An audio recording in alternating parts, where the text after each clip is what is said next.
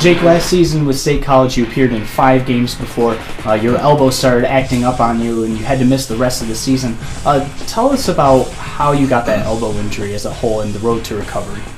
It was kind of just, it's a long season. My first full, going through the full professional season, throwing a lot, just kind of a wear and tear. Didn't do a lot of arm care, didn't take real good care of my arm, and it just kind of wore down, and it was more of an inflammation type, my elbow kind of got tired type thing, and just took some rest, rehab, and doing a lot more arm care this year to make sure I'm in better shape. So do you think that for you, maybe towards the tail end of the State College season, maybe in September or so, do you think you could have come back, but they just wanted to play it safe with you, or did they want to just shut you down completely?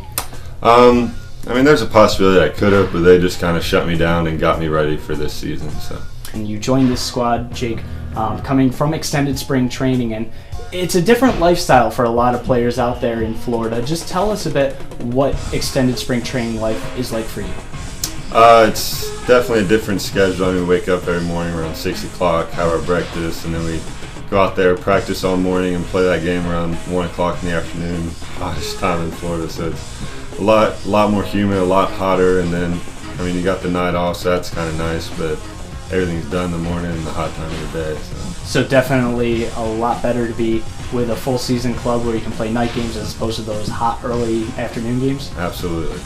Jake, you're 7th round draft pick in 2011, but you haven't been able to play a lot in the field. As I mentioned earlier, 5 games with State College last season. A lot of players, because they're so high in the draft, for example, 7th round, you compared to someone maybe taking in the 33rd round, do you think because you were much higher than those other type of players, do you think that you have something to prove this year? I don't feel I have something to prove. I just try to be myself, come out here, pitch like I pitch, play my game, and just do what I know how to do. And Jake, just tell us a little bit about you as a person, as a ball player. Just growing up, did you have any kind of baseball influences, favorite teams, favorite players? Grew up playing. I had an older brother and older sister. My brother played all growing up, and I just kind of tried to follow him. Played on a travel team, and mostly played infield and stuff. I didn't really pitch that much until I saw my brother. He went to Georgia Tech, and so then I came into high school thinking, I wanted to try and do that. And played shortstop freshman and sophomore year. Junior year pitched a little bit.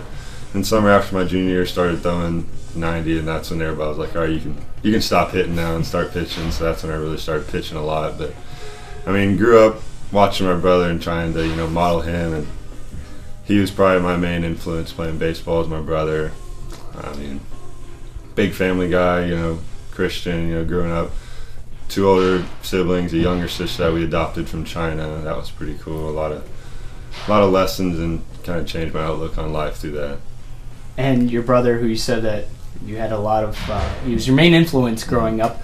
Do you go to him and brag a little bit because you're the guy who became a professional and he's not as much? Do you get the chance to brag a little bit on those family get-togethers? Well, I don't really brag, but actually my brother, he played professionally with the Indians for a couple of years and got released last year or so. But it's still fun, nag on him a little bit. All right, that's Jake Burnette. Great chat, Jake. Thanks a lot for taking the time out of your day to speak with us. We definitely look forward to seeing how your elbow acts during the season and how well you can continue to improve with the West Virginia Power. Thanks a lot for your time. Thank you.